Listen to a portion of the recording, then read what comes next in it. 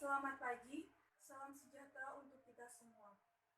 Yang terhormat kepada Bapak Udin Sastrawan SPMSI sebagai dosen pembimbing, yang terhormat kepada Ibu Dr. Insinyur Anita Rizkyaningrum MSI sebagai moderator, dan teman-teman semua yang saya banggakan. Perkenalkan, nama saya Langit Bukti Cahyani dengan NIM J3J117280. Di sini saya akan mempresentasikan hasil praktik kerja lapangan di Rakajaya Farm Kabupaten Subang dengan judul Kajian Pengembangan Pendirian Unit Bisnis Pengolahan Abon Telur pada Rakajaya Farm Kabupaten Subang.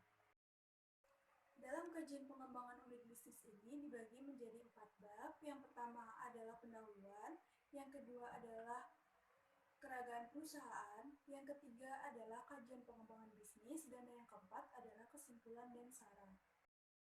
Pada bab 1, yaitu pendahuluan, dibagi menjadi 2 poin. Yang pertama adalah latar belakang, dan yang kedua adalah tujuan. Latar belakang dibagi menjadi 3 poin. Yang pertama adalah peternakan merupakan subsektor pertanian yang memiliki peluang besar untuk dikembangkan. Peternakan di Indonesia dibagi menjadi 2. Yang pertama adalah peternakan ruminansia, seperti contohnya adalah kambing, sapi, kerbau, dan lain sebagainya. Dan yang kedua adalah peternakan unggas, yang terdiri dari itik, ayam, puyuh, dan lain sebagainya. Ayam ras petelur dibudidayakan untuk menghasilkan produk utama berupa telur ayam dan produk sampingan berupa kotoran ayam dan ayam afkir. Berdasarkan informasi dari Badan Pusat Statistika 2019, data rata-rata konsumsi per kapita seminggu telur di Indonesia pada tahun 2016 sampai dengan 2018 mengalami peningkatan yang cukup signifikan. Dapat disimpulkan bahwa minat konsumen terhadap telur ayam itu masih cukup tinggi, sehingga hal tersebut dapat dimanfaatkan untuk dijadikan peluang bisnis di bidang peternakan. Latar belakang yang kedua adalah pada telur terdapat kandungan protein hewani yang cukup tinggi, sehingga masyarakat dapat mengkonsumsi telur untuk memenuhi kebutuhan protein hewani tersebut.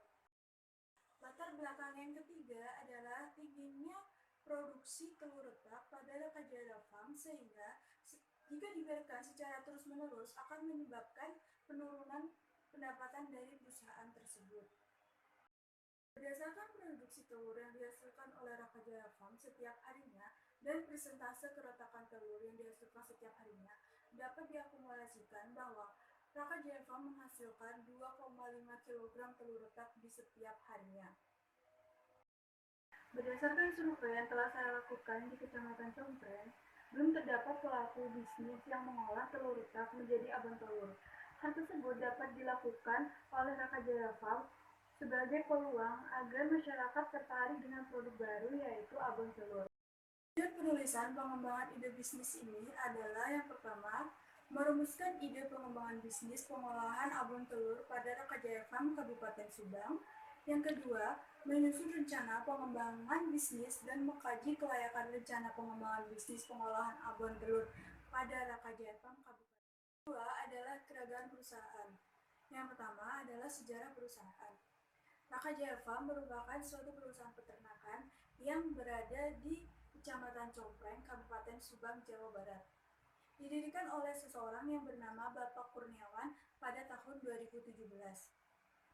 Awal berdirinya perusahaan ini adalah ketika Bapak Kurniawan bekerja sebagai tenaga kerja Indonesia di Belanda. Kemudian ketika dia bekerja di Belanda, tidak jauh dari tempat bekerjanya terdapat suatu peternakan, dan dia pun sering berkunjung ke peternakan tersebut sehingga tertarik untuk menekuni peternakan tersebut. Melihat adanya peluang bisnis untuk mendirikan peternakan ini, yaitu belum terpenuhinya kebutuhan telur di Kecamatan Compreng sendiri, sehingga Bapak Kurniawan memutuskan untuk membangun peternakan ini. 2017, Rakajaya Farm berdiri. Kemudian pada tahun 2018 mulai beroperasi dengan satu kandang kecil dengan ayam, yaitu strain Lohmann. Kemudian pada tahun 2019 awal, berdirilah kandang besar dengan strain Isabron. Jumlah populasi keseluruhan yaitu 2.854 ekor ayam. Raka Java memiliki lahan seluas 1.700 meter persegi dengan yang sudah dimanfaatkan untuk peternakan yaitu sebesar 570 meter persegi. Kemampuan produksi maksimal telur di Raka Jaya Farm setiap harinya yaitu 170 kg. Sedangkan pada bulan Januari sampai dengan bulan Maret selama saya PKL di sana adalah dengan rata-rata 150 kg setiap harinya.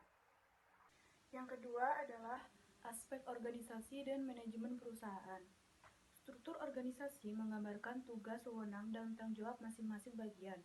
Struktur organisasi diperlukan untuk menyusun strategi dan mengatur semua sumber daya yang dimiliki perusahaan agar dapat menghasilkan output yang maksimal.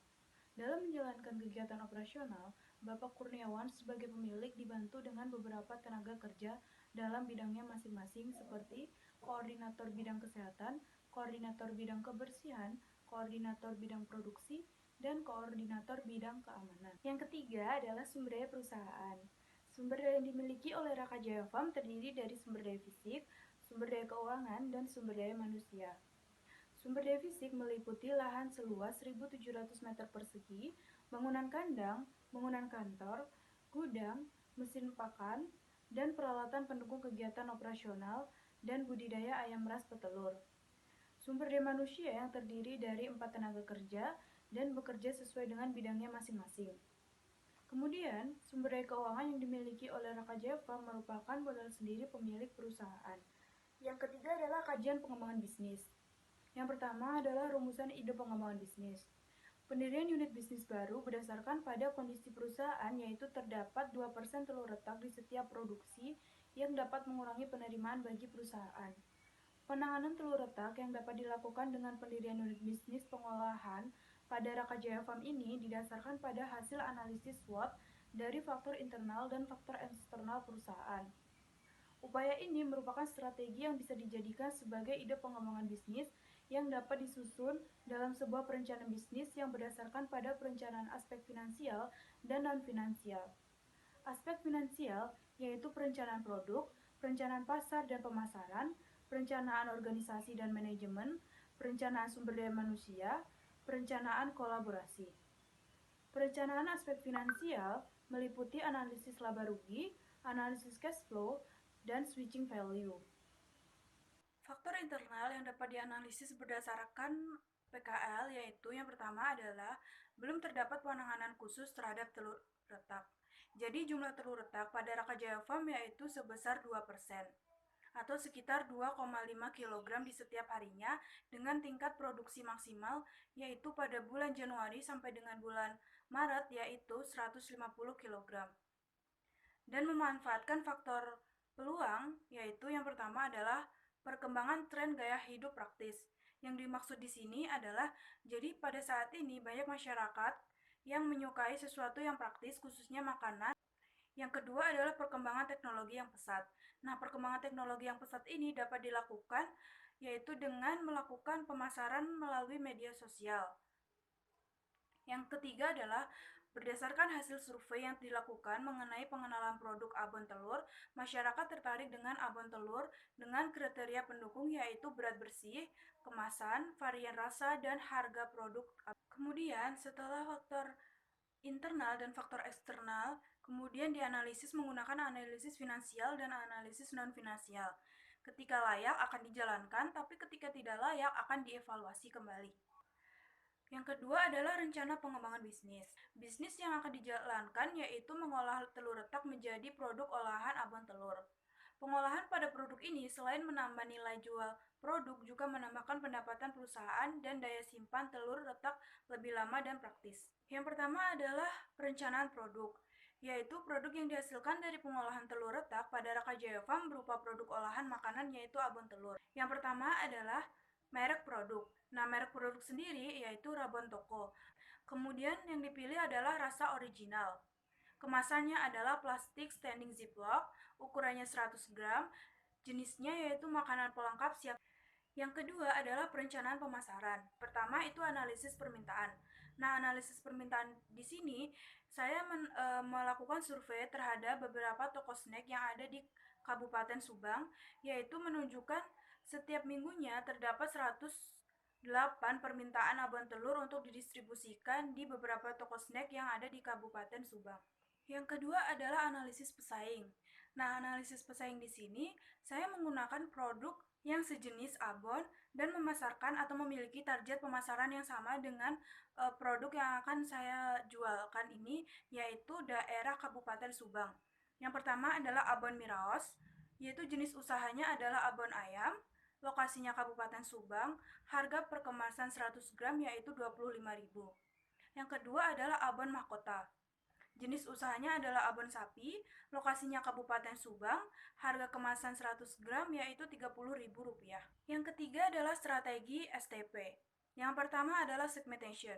Secara geografis, yaitu dipasarkan ke wilayah Kabupaten Subang.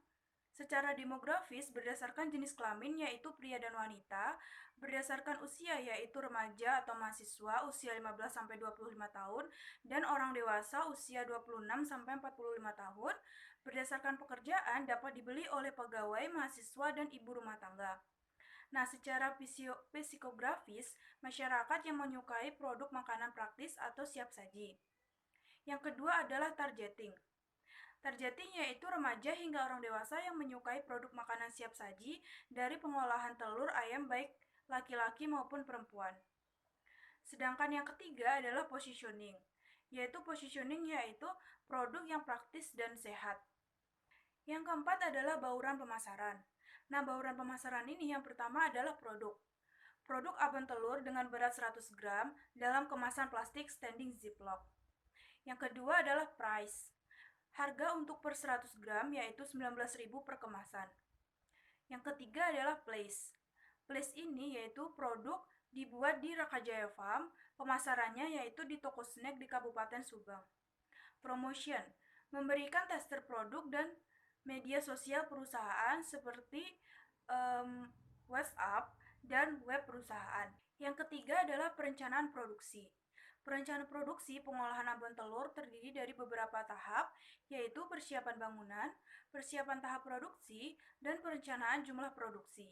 Dalam perhitungan bahan baku, diperlukan adanya rendemen untuk mengetahui jumlah bahan baku yang akan digunakan. Dalam 1 kg telur yang telah digoreng akan memiliki berat 600 gram ditambahkan dengan bumbu 100 gram menghasilkan 700 gram abon telur, kemudian dikemas dengan berat 100 gram per kemasan menghasilkan 7 bungkus abon telur. Alur produksi abon telur adalah sebagai berikut. Adalah persiapan bahan baku, yaitu terdiri dari bawang merah, bawang putih, kacang tanah, merica, dan garam, kemudian telur yang sudah dipisahkan dari cangkangnya. Kemudian, telur dipasteurisasi terlebih dahulu untuk membunuh bakteri yang terdapat pada telur. Kemudian, yang ketiga adalah penghalusan bumbu. Semua bahan baku tadi, bumbu tadi dimasukkan ke dalam blender kemudian dihaluskan. Yang keempat adalah penggorengan kacang tanah tanpa minyak hingga agak sedikit kecoklatan. Berikutnya adalah menggoreng telur dan meniriskannya. Jadi cara penggorengannya yaitu dengan minyak yang cukup panas dan banyak, kemudian ditaburkan sedikit demi sedikit telur ke dalam wajan, kemudian digoreng hingga warnanya kecoklatan. Setelah itu menumis bumbu.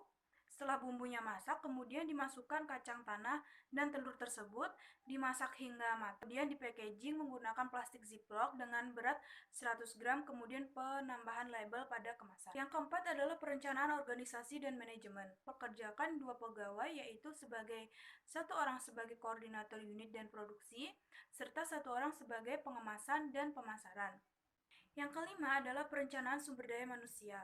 Dalam proses kegiatan produksi dan operasional, untuk bisnis abon telur perusahaan merekrut tenaga kerja sebanyak 2 orang. Berikut adalah spesifikasi kebutuhan sumber daya manusia pengolahan abon telur pada Rakajaya Farm. Yang keenam adalah perencanaan kolaborasi. Pertama, bahan baku telur retak yaitu pemasoknya Rakajaya Farm. Yang kedua, bahan baku pendukung seperti minyak goreng, kacang tanah, bawang merah, bawang putih, garam, dan ketumbar. Pemasoknya yaitu agen-agen dan pedagang sayur di Kecamatan Compreng. Yang ketiga adalah plastik kemasan standing ziplock, yaitu pemasoknya toko Rudi. Dan yang keempat adalah stiker pada kemasan, pemasoknya adalah Compreng Printing.